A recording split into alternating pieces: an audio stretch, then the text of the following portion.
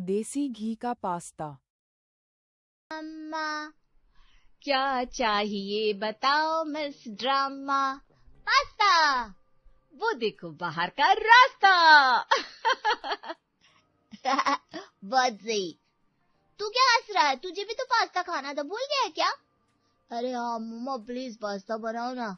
No please, no means no. Pasta चाहिए, pasta चाहिए। उन लोगों की चीख पुकार सुनकर सुनैना का पति ललित बाहर आया और चिल्लाया, अरे क्या हो रहा है यहाँ? पिंकी बिट्टू क्यों चिल्ला रहे हो? पापा वो हमें पास्ता खाना है पर मम्मी मना कर रही है। क्यों सुनैना, क्यों मना कर रही हो? दे दो ना बच्चों को पास्ता। अरे आप इनका सपोर्ट कर रहे हैं? तुम तो ऐसे बोल रही हो जैसे इलेक्शन चल रहा है और मैंने सामने वाली पार्टी को सपोर्ट कर दिया। बच्चे पास्ता खाने को कह रहे हैं तो खिला दो ना। अरे ये पास्ता, मैगी और चाउमीन सब सेहत के लिए बहुत खराब होता है, इसलिए कह रही हूँ। कोई बात नहीं, आज खिला दो। बच्चे इतना परेशान हो रहे हैं, बाकी बाद में देख लेंगे। ठीक है, जैसा आप कहो, मुझे क्या। ये सुनते ही बच्चे खुशी से कूद पड़े। ये मजा आएगा, मजा आएगा। सुनैना ने हार मानते हुए आखिरकार बच्चों को पास्ता बना कर दिया। लो, बन गया पास्ता। आजा छोटे छोटे शेरों, खा लो अपनी जीत का स्वाद। ये मम्मी, आज तो मजा आ गया। Yes mamma, I love you. देखो, पास्ता से प्यार भी मिल गया। पिंकी और बिट्टू ने पास्ता ऐसे खाया जैसे कोई सैनिक युद्ध जीत कर आया हो और उसे उसकी पसंदीदा मिठाई मिल गई हो। प्लेट चाट चाट कर साफ कर दी। अगले दिन सुबह सूरज की पहली किरण के साथ स्कूल की भाग दौड़ शुरू हो चुकी थी। यूनिफॉर्म की बटन, जूते की पॉलिश और लंच बॉक्स की लड़ाई सब चालू था। अच्छा बताओ, लंच में क्या लोगे? पास्ता या फिर मैगी? नहीं जी, आज दाल चावल या फिर आलू की सब्जी रोटी मिलेगी। स्कूल में भी पास्ता, हद है भाई। मम्मी आप तो बस नो नो ही करती रहती हो। Pasta is love and Maggi is life. Sunaina गुस्से में उबल रही थी, जैसे प्रेशर कुकर में 3 सीटी ज्यादा बज गई हो। नो मतलब नो, स्कूल में सेहतमंद खाना ही जाएगा। तुम्हारे लिए तो कह रही हूँ, मगर नहीं, तुम लोगों को तो बस चीजी चटपटी चीजें चाहिए। अरे सुनैना, देर हो रही है, दे दो ना पास्ता, जल्दी बन जाएगा। बच्चों को टाइम पर स्कूल भी तो पहुंचना है। हाँ हाँ, दे दो पास्ता। पास्ता में इनकी पढ़ाई छुपी है ना, पास्ता में ही संस्कार है। कल को बीमार हो गए ना तो मत कहना सुनैना ने नहीं समझाया था। बच्चे मुस्कुराते हैं जैसे ओलंपिक जीत गए हो। लंच में पास्ता लेकर निकल गए। सुनैना बस भगवान को मन ही मन याद करती रह गई।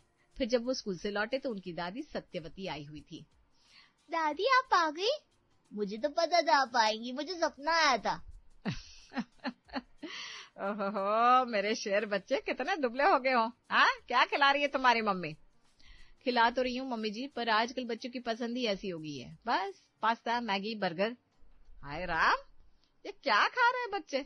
इनकी हड्डियां मजबूत कैसे होगी? गांव चलो, 2 दिन में पहलवान बन जाओगे। दाल चावल तो ये लोग खाते ही नहीं है। अब जब मैं आ गई हूँ ना, देखती हूँ कैसे नहीं खाते हैं दाल चावल। आज तो तू मेरे कहने से बना कर ला, मैं बांट कर खिलाऊंगी। ओह नो, आज तो हमारी बर्बादी का दिन है। दादी भी मम्मी की टीम में चली गई। मुझे तो अपना बचपन याद आ गया, वही डांट वही प्यार। चलो बच्चों, अब असली खाना शुरू। उस दिन सुनैना ने दाल चावल बड़े जतन से बनाए, मगर जब थाली लेकर आई तो सत्यवती की नजरों में तूफान था। ये क्या है? दाल है या उबला हुआ पानी? और ये चावल ऐसे उड़ रहा है जैसे कोई चिड़िया के पंख। मम्मी जी, मैंने तो घी भी डाला है, आज थोड़ी जल्दी थी तो। अरे घी कहाँ है? घी मुझे तो दिख ही नहीं रहा। स्वाद तो ऐसा है जैसे हवा में नमक मिला दिया हो। मम्मी आप भी ना। अरे चुप रह तू। सुने ना, जब तक मैं यहाँ हूँ खाना गांव के तरीके से बनेगा, तभी तो बच्चों की हड्डियां मजबूत होगी और अकल तेज। ठीक है मम्मी जी, अगली बार और ध्यान रखूंगी। सत्यवती ने सुनैना के बनाए दाल चावल को ऐसे खाया जैसे कोई कड़वा काढ़ा निगल रही हो। मुंह ऐसे बन रहा था जैसे मिर्ची जबान पर नाच रही हो, लेकिन बस खा लिया। बहुत अच्छा, अगर किसी को भूख ना लगी हो तो भी खा लेगा।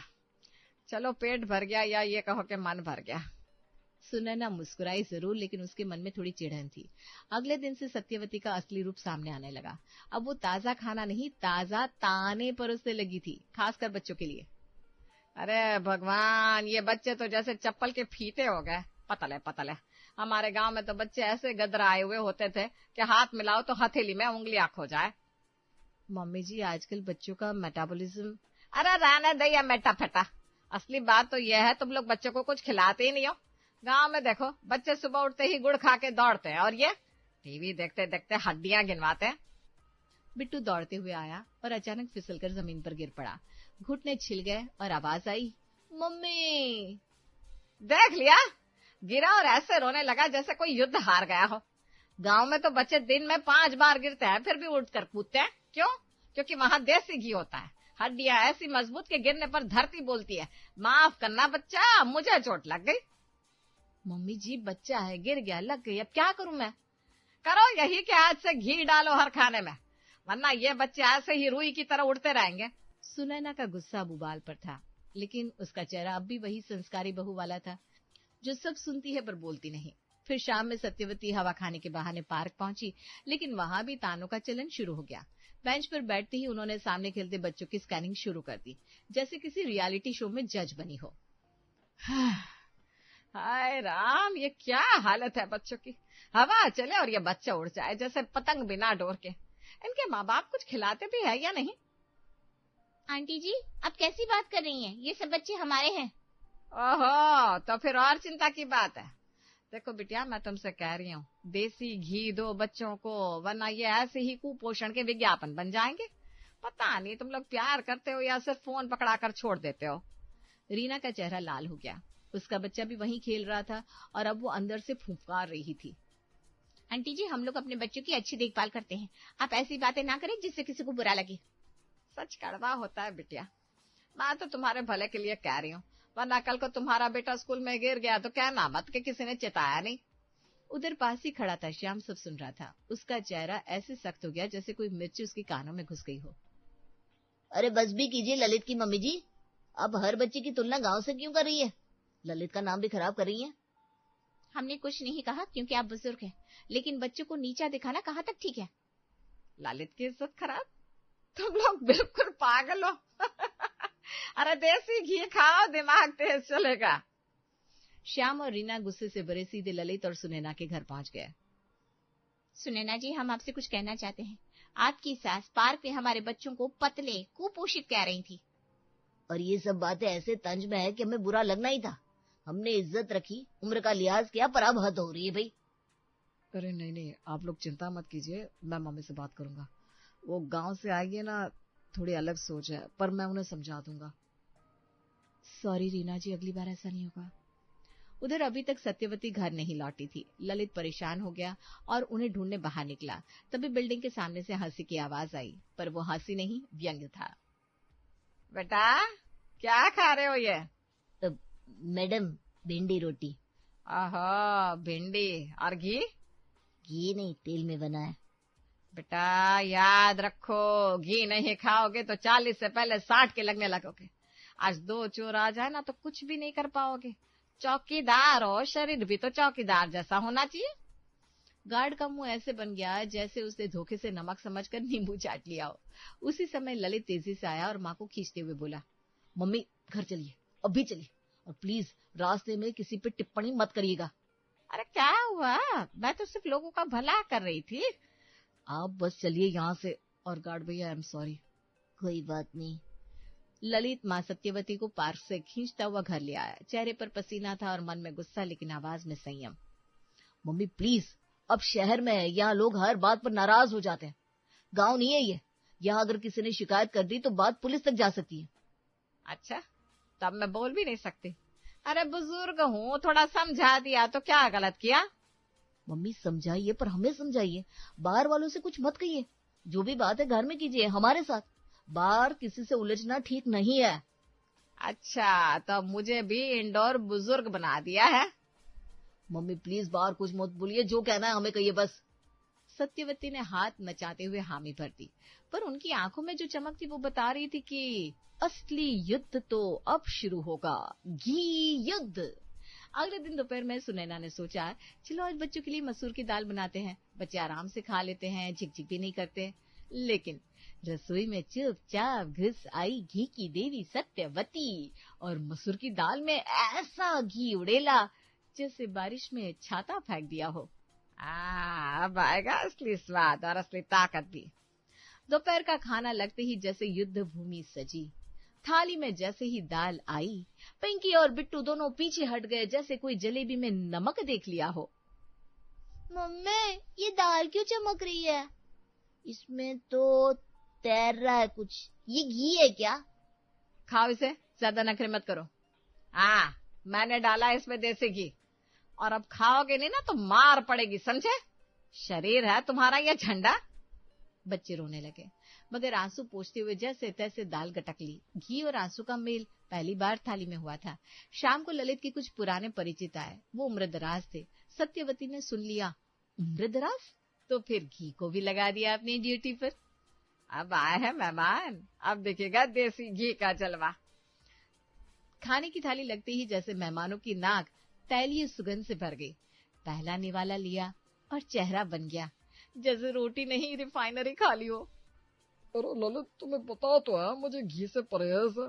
ये क्या खिला दिया भाई, मेरा तो बीपी बढ़ जाएगा। अरे नहीं, मैंने नहीं डाला। मैंने तो आपके लिए अलग खाना बनाया था। ये तो मेरी सासू माँ ने। जी हाँ, मैंने डाला। क्या बुरा किया? घी अमृत है, अमृत। आपको फायदा ही होगा। और किसी के लिए अमृत नहीं होता, थोड़ा समझदारी होनी चाहिए। सत्यवती को जैसे कोई चैलेंज कर गया हो। अब वो अपने शब्दों से तलवार चलाने लगी। आप जैसे लोग ही शरीर को कमजोर बना देते हैं। अरे घी नहीं खाओगे तो हड्डियां हवा में टूट जाएंगी। मेहमान ने रोटी छोड़ दी और उठ खड़े हुए। मैं चला, अब यहाँ खाना नहीं खा सकता। घी में डूबा सम्मान मैं नहीं निकल सकता। ललित का चेहरा लाज से लाल और शर्म से पीला हो गया था। मम्मी, आपको समझ में क्यों नहीं आता? कुछ लोगों की मेडिकल कंडीशन ऐसी होती है, हर जगह घी घी मत कीजिए। अच्छा, अब मेडिकल मुझे सिखाओगे? अरे मैंने तुमको भी देसी घी खिलाकर बड़ा किया है। ललित चुप रह गया और पैर पटकते हुए कमरे में चला गया। अगले दिन बच्चों की आंख खुलते ही पास्ता और मैगी की बातें करने लगे। मम्मी, आज तो पास्ता बना दो प्लीज, और मैगी भी प्लीज मम्मा, 2 पैकेट। क्या? फिर वही जहर? आज के बाद इन शब्दों का उच्चारण भी नहीं करोगे, वरना जीभ पर मिर्च लगा दूंगी। बच्चे चिल्लाने लगे, खाएंगे खाएंगे, पास्ता खाएंगे। लेकिन सत्यवती की एक दहाड़ ने दोनों को चुप कर दिया। उसने बच्चों के लिए आलू का भरता बनवाया। मम्मी, इसमें घी मत डालना, स्कूल में चिपक जाता है। हाँ ठीक है, बिना घी का ही दूंगी बस। लेकिन सत्यवती ने आंख बचाकर अपना प्यारा पीला अमृत देसी घी चुपचाप भरते में मिला दिया। उस दिन नहीं पता था उनको कि ये भरता स्कूल लेकर जाना है। बच्चों ने जैसे ही टिफिन बैग खोला, अंदर से किताबों की जगह चिकनाई की लहर निकली। घी ने सब पर कब्जा कर लिया था। विज्ञान, गणित और हिंदी, तीनों विषय अब घी विज्ञान बन चुके थे। दादी दादी, घर लौटने पर दोनों ने अपनी माँ को गुस्से में सब कुछ बताया। मम्मी, सारी किताबें खराब हो गई, घी फैल गया टिफिन से, बैग पूरा तेली हो गया, बाढ़ आ गई है बैग में। हे भगवान, अब तो पूरा कोर्स फिर से लेना पड़ेगा। मम्मी जी, आप कम से कम बता तो देती कि घी डाल रही हैं, मैं प्लास्टिक बैग में पैक कर देती। अच्छा, माफी, अगली बार बता दूंगी। वैसे भी तुम्हें तो पता ही है मैं हर चीज में देसी घी डालती हूँ, तो तुम्हें खुद समझ लेना चाहिए था ना। जी सही कहा, मुझे समझ लेना चाहिए था। घर का माहौल अब देसी घी की गंध से ऐसा भर चुका था कि दीवारें भी फिसलने लगी थी। रसोई में घी, ड्राइंग रूम में घी, यहाँ तक कि हवा में भी घी घुल गया था। इसी बीच जब दोपहर ढलने को थी और सब अपने अपने काम में लगे थे, तभी घर का दरवाजा जोर से खुला। ललित तूफान बनकर घर में दाखिल हुआ। चेहरा लाल, आंखें आग जैसी, और हाथ में अपना बैग लटक रहा था।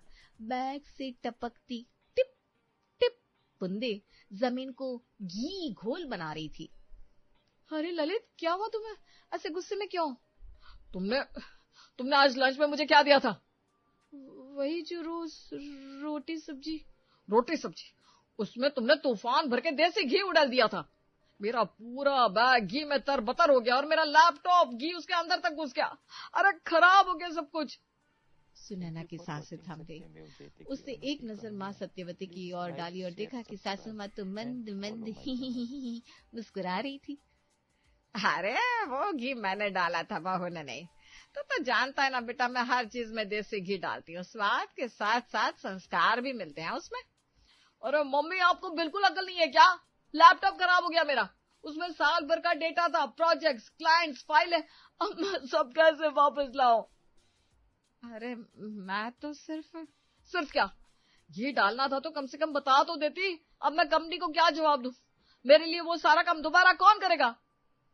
सत्यवती कुछ पल के लिए शांत रही, पर ये माँ का मौन कब तक टिकता?